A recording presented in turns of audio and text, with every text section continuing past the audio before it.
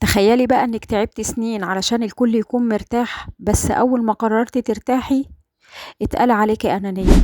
اهلك بيعتبروكي اتغيرتي، جوزك مش عاجبه، والناس شايفة انك اتدلعتي. هو امتى حب النفس بقى جريمة؟ امتى الست لما تهتم بنفسها وتحب راحتها بقت انانية؟ يعني لو قالت لا تبقى متكبرة، ولو طلبت راحة تبقى مقصرة. خليكي معايا انتي في قناة امرأة تصنع الفرق. لو قررتي تكملي معايا الفيديو ياريت تخبطي لايك واشتراك، ويلا بينا.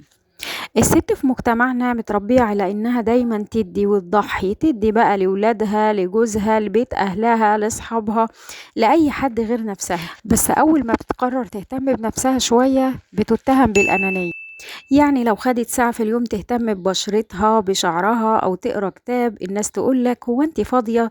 ده البيت محتاجك. لما ترفض تشتغل 24 ساعة في البيت من غير تقدير يقولوا دي ما بتحبش بيتها. ولما تطلب من اللي حواليها يساعدوها يتقال انت عايزة كل حاجة عالجاهز. طب وهي فين؟ مش إنسانة؟ مش من حقها تتعب؟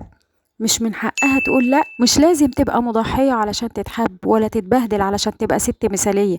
اللي بيحبك صح هيحبك وانتي مرتاحة، وانتي قوية، وانتي بتحبي نفسك. انا مش ضد العطاء، بالعكس، بس لحد امتى تبقى بتدي الكل وتفضل فاضية وتحت امرهم، ولما تقومي بقى وتقولي كفاية يتقال عليك انك اتغيرتي؟ ايوه اتغيرتي، اتعلمتي تحبي نفسك. دي مش مجرد قصة، دي بداية وعي. بصراحة أنا شايفة إن اللي بيحب نفسه مش أناني، دي أول خطوة للسلام النفسي.